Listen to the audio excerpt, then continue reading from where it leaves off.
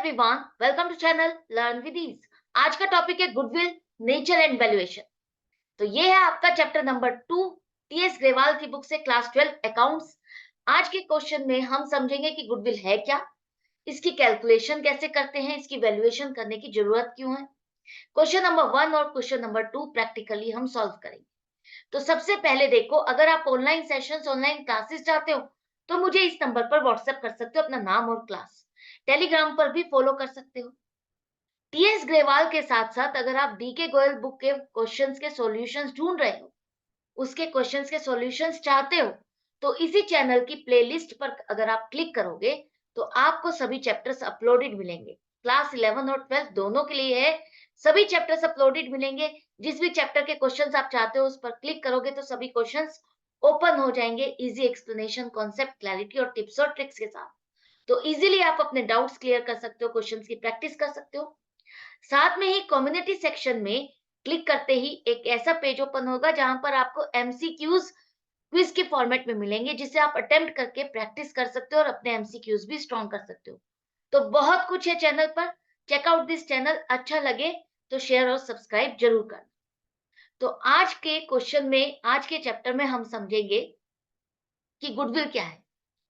जब हम अपना बिजनेस करते हैं, इस बिजनेस का एक टाइम पीरियड गुजर जाता है, तो हम जब लोगों को अच्छी सर्विसेज देते हैं, हम अपना एक अच्छा प्रोडक्ट लोगों को देते हैं, तो हमारे उस प्रोडक्ट, हमारी सर्विस की एक रेपुटेशन बन जाती है। जैसे आप मार्केट में कोई चीज खरीदने जाते हो, कोई पेन खरीदने जाते हो, तो पर्टिकुलर एक ब्रांड के नाम से आप उस चीज को खरीदते हो, तो वो क्या है? रेपुटेशन।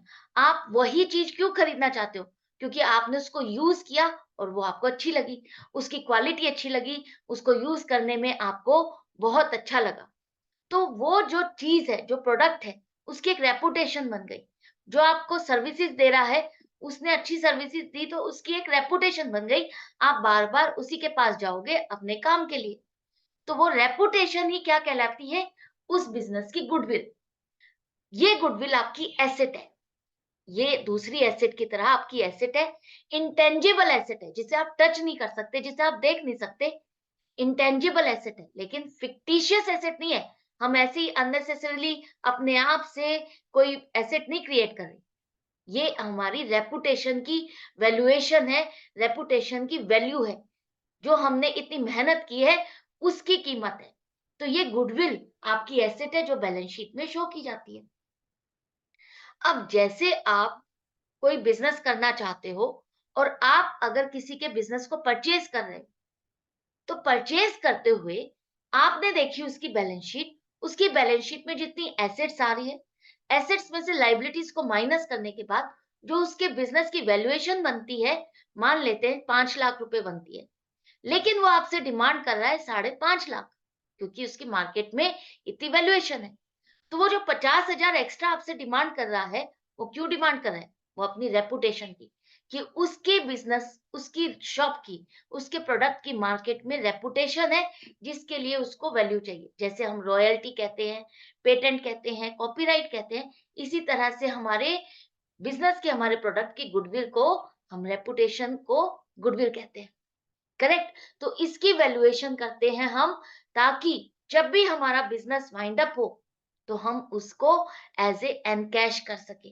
हमें पता रहे कि आज हमारी इस बिजनेस की ये वैल्यू हो चुकी है। जब हम पार्टनरशिप बिजनेस में हैं, और पार्टनरशिप बिजनेस बहुत सारे पॉइंट पर हमारी रिकॉन्स्टिट्यूट होती है, रिकंस्ट्रक्ट होती है। जैसे कि कोई नया पार्टनर आया, तो आपकी पार्टनरशिप पहले जो थी और जब आगे नया पार्टनर ज्वाइन करेगा तो उसमें चेंजेस आ जाएंगे। उस टाइम पर हम देखते हैं कि आज की डेट में हमारे इस बिजनेस की वैल्यूएशन क्या है, और उस टाइम पर हम गुडविल को भी वैल्यूएशन करते हैं। तो इसीलिए हमारी गुडविल की वैल्यूएशन करनी जरूरी हो जाती है, कि आज तक पहले वाले पार्टनर्स ने कितनी मेहनत की है, उनका उसमें शेयर ऑफ प्रॉफिट, उनका शेयर ऑफ गुडविल क्या बनेगा। करेक्ट है? तो अब समझते हैं गुडविल को वैल्यूएट कैसे किया जाए। इसको वैल्यूएशन करने के लिए बहुत सारे मेथड हैं। तो आज के क्वेश्चन में पहले हम समझेंगे average profit method. Average profit method में हमें गुडविल की वैल्यूएशन करने के लिए क्या करना होगा, क्या फॉर्मूला है?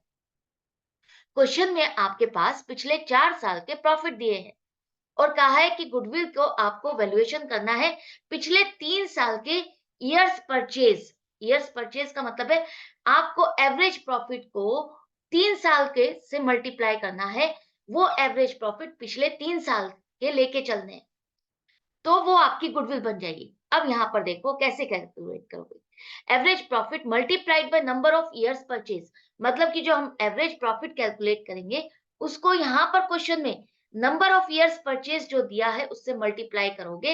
ये एक बेस माना गया है, हम अपना अपने आप से एक बेस लेते हैं कि पिछले 3 साल का एवरेज प्रॉफिट अगर हम लेंगे तो वो हमारी गुडविल होगी। तो हम इसका बेस खुद से लेते हैं, कोई कहीं पर कहीं पर्टिकुलरली लिखा नहीं है कि आपको इतने साल ही लेना है, इतने से ही मल्टीप्लाई करना है। ये हमारी खुद की वैल्यूएशन होती है, खुद की हमारी जजमेंट होती है, मार्केट के अकॉर्डिंग हमारी रेपुटेशन होती है। तो अब एवरेज प्रॉफिट जो हमें निकालना है, जो इसका मेन बेस है, उसको निकालते हुए हमें कुछ इंपॉर्टेंट पॉइंट्स ध्यान रखने हैं। वो क्या है? एवरेज प्रॉफिट के लिए हमें अगर कोई किसी साल में एबनॉर्मल इनकम हुई है, वो हमें माइनस करनी है। एबनॉर्मल इनकम जैसे आपको कोई इनकम टैक्स का रिफंड मिला या कोई इंश्योरेंस क्लेम मिला, ये ऐसी इनकम है जो किसी किसी साल में आपको होगी, हर साल आपको नहीं होती है। तो जिस साल ये इनकम हुई, ये आपकी एबनॉर्मल इनकम है, तो हमें देखना है नॉर्मल बिहेवियर में आपका बिजनेस कैसा चल रहा है, हमें वो प्रॉफिट चाहिए। तो एबनॉर्मल जो नॉर्मल बिहेवियर से हट करके जो आपको इनकम हो रही है, हम उस इनकम को क्या करेंगे? माइनस करेंगे। इसी तरह से एबनॉर्मल लॉस, जो आपका नॉर्मल जो रूटीन का जो बिजनेस चल रहा है उसमें ऐसा कोई नुकसान नहीं होता, वो हम माइनस करेंगे। जैसे लॉस बाय फायर हो गया या कोई और स्टॉक का थेफ्ट हो गया। तो ये ऐसा खर्चा है, ये ऐसा नुकसान है जो आपके बिजनेस में रोज रोज नहीं हो रहा। तो ये ऐसे नुकसान और ऐसे खर्चे को हम क्या करेंगे? वापस से ऐड करेंगे, क्योंकि ये हमारे नॉर्मल रूटीन के खर्चे नहीं है।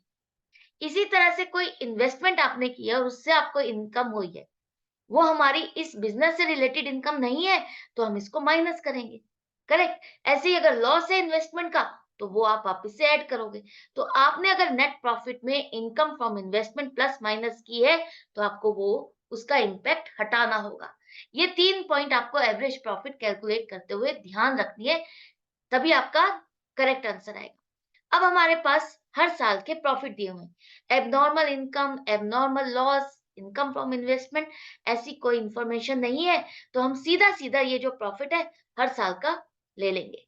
2020 का 12,000, 21 का 18,000, 22 का 16,000 और 23 का 14,000, चारों साल के प्रॉफिट आपके पास आ गए। टोटल करो 60,000।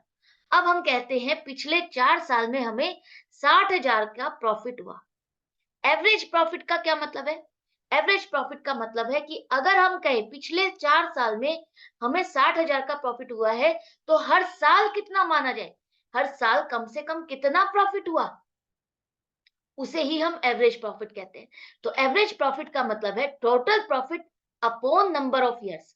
60,000 को आप 4 से डिवाइड करोगे, कितने नंबर ऑफ ईयर्स है? 4 साल है ना, आपके 4 साल के प्रॉफिट आ रहे हैं, 1 2 3 4, 4 से आप इसको डिवाइड करो तो 15,000 आपका एवरेज प्रॉफिट आ गया। हम ये कहेंगे, नॉर्मल लैंग्वेज में हम ये कहेंगे कि हमें हर साल 15,000 का तो प्रॉफिट होता ही।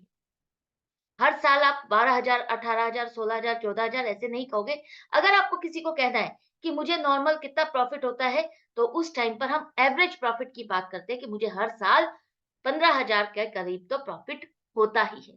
तो 15,000 अब आपका एवरेज प्रॉफिट हो गया। जैसे आपके मार्क्स होते हैं, किसी सब्जेक्ट में आपको 70 मार्क्स मिले, किसी में 80 मिले, किसी में 85 मिले, किसी में 90 मिले। तो अब आपको पूछा जाए कि आप सोचोगे कि हाँ, मैंने एवरेज मार्क्स कितने किए, तो आपको क्या करोगे? सभी मार्क्स का टोटल करके डिवाइडेड बाय 4 करोगे। तो आप ये कहोगे कि मुझे हर सब्जेक्ट में इतने मार्क्स तो मिले ही मिले हैं, 75 मार्क्स तो मिले ही मिले हैं, इससे कम तो किसी सब्जेक्ट में गए ही नहीं। अपने फ्रेंड से डिस्कस करोगे तो ऐसे ही करोगे ना। इसी तरह से हम बिजनेस में अगर बात करते हैं, तो हम यही कहते हैं कि मुझे हर साल 15,000 का प्रॉफिट तो हो ही रहा है। तो 15,000 का एवरेज प्रॉफिट आ गया। इस 15,000 को कहा है कि पिछले 3 साल हम लेंगे, इसको 3 साल से मल्टीप्लाई करेंगे कि इसका तिगुना ले लो, वो हमारा गुडविल हो जाएगी। इसका 3 गुना, एवरेज प्रॉफिट का 3 गुना हमारी गुडविल होगी। तो ये हो गया 15,000 मल्टीप्लाइड बाई 3, 45,000। ईयर्स परचेज का मतलब है कि आप कितने टाइम्स इसको करना चाहते हो, एवरेज प्रॉफिट को कितने टाइम्स करना चाहते हो। तो ये 3 लिखा है, 3 इयर्स लिखा है, तो 3 से मल्टीप्लाई करो, 45,000 आपका आंसर आ गया, गुडविल आ गई 45,000। करेक्ट है। तो एवरेज मेथड सबसे इजीएस्ट मेथड है। बस आपको क्या करना है, हर साल का प्रॉफिट लेना है, उसका टोटल करना है, divided by number of years. जितने सालों का प्रॉफिट लिया है उसको उतने नंबर ऑफ ईयर्स से डिवाइड कर दो, आपके पास आ गया एवरेज प्रॉफिट। फिर उसको मल्टीप्लाई करना है कि वो कितने सालों का लेना चाहता है, वो गुडविल को कितने सालों से मल्टीप्लाई करना चाहता है, उतने से मल्टीप्लाई कर दो। बस ध्यान क्या रखना है, एवरेज प्रॉफिट कैलकुलेट करते हुए अगर आपके पास क्वेश्चन में एबनॉर्मल इनकम, एबनॉर्मल लॉस या इनकम फ्रॉम इन्वेस्टमेंट के बारे में इंफॉर्मेशन है, तो आपको उसका प्लस और माइनस करना है। करेक्ट। इसी तरह से क्वेश्चन नंबर 2 को देखो। क्वेश्चन नंबर 2 में भी आपके पास पिछले 5 साल के प्रॉफिट है। पिछले 5 साल के प्रॉफिट के बेस पर एवरेज प्रॉफिट निकालना है, और गुडविल को on the basis of 4 years purchase, मतलब कि एवरेज प्रॉफिट को 4 से मल्टीप्लाई करना। ठीक है। तो इसमें कंफ्यूज मत होना, कई बार आप लोग ये लिखने में गलती कर देते हो, तो आपको ध्यान से रीड करना है। नंबर ऑफ इयर्स परचेज क्या लिखा है, 4 लिखा है, और एवरेज प्रॉफिट क्या है, 5 है, तो 5 साल के ही तो प्रॉफिट है। तो अब आ जाओ, हमारा हर साल का प्रॉफिट कितना है, 2019 4 लाख, 2020 3,98,000, 2021 4,50,000, 2022 4,45,000, 2023 5 लाख। टोटल प्रॉफिट हो गया आपका 21,93,000। अब एवरेज प्रॉफिट निकालने के लिए हम क्या करेंगे, total profit divided by number of years. Number of years कितने हैं, 5। 5 से इसको डिवाइड करो तो आपके पास एवरेज प्रॉफिट आ गया 4,38,600। अब ये एवरेज प्रॉफिट आ गया, इस एवरेज प्रॉफिट को कितना गुना ये करना चाहता है गुडविल के लिए, वो लिखा है 4 गुना। तो इस एवरेज प्रॉफिट का 4 गुना अगर हम लेते हैं तो हमारा आ जाएगा गुडविल। तो एवरेज प्रॉफिट मल्टीप्लाइड बाय 4, 17,54,400 आपकी गुडविल आ गई, ये आंसर आ गया। तो ये थे 2 क्वेश्चन, आई होप आपको अच्छे से समझ में आ गया, बेस समझ में आ गया कि गुडविल का मतलब क्या है, इसकी हम कैलकुलेशंस क्यों कर रहे हैं, कैसे कैलकुलेशन करना है, एवरेज प्रॉफिट मेथड से। करेक्ट। तो अपनी प्रैक्टिस हमें जारी रखनी है ताकि ये चैप्टर हमारा सुपर इजी हो जाए, क्योंकि स्टार्टिंग के 2 चैप्टर्स ही आपके मेन बेस है, उसके बाद ही तो आप आगे कैलकुलेशन कर पाओगे।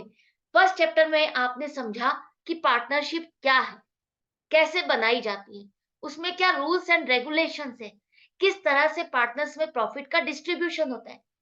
और इस चैप्टर में आप समझोगे जैसे जैसे हम बिजनेस को ग्रो करते हैं तो उस बिजनेस में हमारे साथ क्या क्या चीजें जुड़ती जाएंगी, जैसे कि गुडविल, तो उसकी वैल्यूएशन कैसे की जाएगी, उसको कहाँ यूज करना है, उसको हमें आगे वाले चैप्टर्स में यूज करना है, admission, retirement, dissolution, change in PSR, उन सभी में आपको यूज करना है। इसलिए आपको इसकी वैल्यूएशन समझना बहुत बहुत इंपॉर्टेंट है। और हर क्वेश्चन को प्रैक्टिस करेंगे तो हमारा कॉन्फिडेंस लेवल क्या होगा, 100%, नर्वस लेवल 0%, एंजाइटी 0%, और speed level day by day आपका इंक्रीज होता जाएगा, क्योंकि जैसे जैसे आप क्वेश्चंस को पढ़ते जाओगे आपको उसका फॉर्मेट समझ में आता जाएगा कि किस तरह से क्वेश्चन को प्रेजेंट किया जाएगा। आप उसकी लैंग्वेज को समझने लगोगे, आपको उसको समझने में टाइम नहीं लगेगा। तो हमें अपनी प्रैक्टिस कंटिन्यू रखनी है, आपको मेरे साथ हर क्वेश्चन में बने रहना है, और अच्छा लगे तो शेयर और सब्सक्राइब जरूर करना। अपडेटेड रहने के लिए बेल आइकन को प्रेस कर दोगे तो आपके पास वीडियो डलते ही नोटिफिकेशन आ जाएगी और आप जल्दी से जल्दी प्रैक्टिस कर सकते हो। Good bye and take care.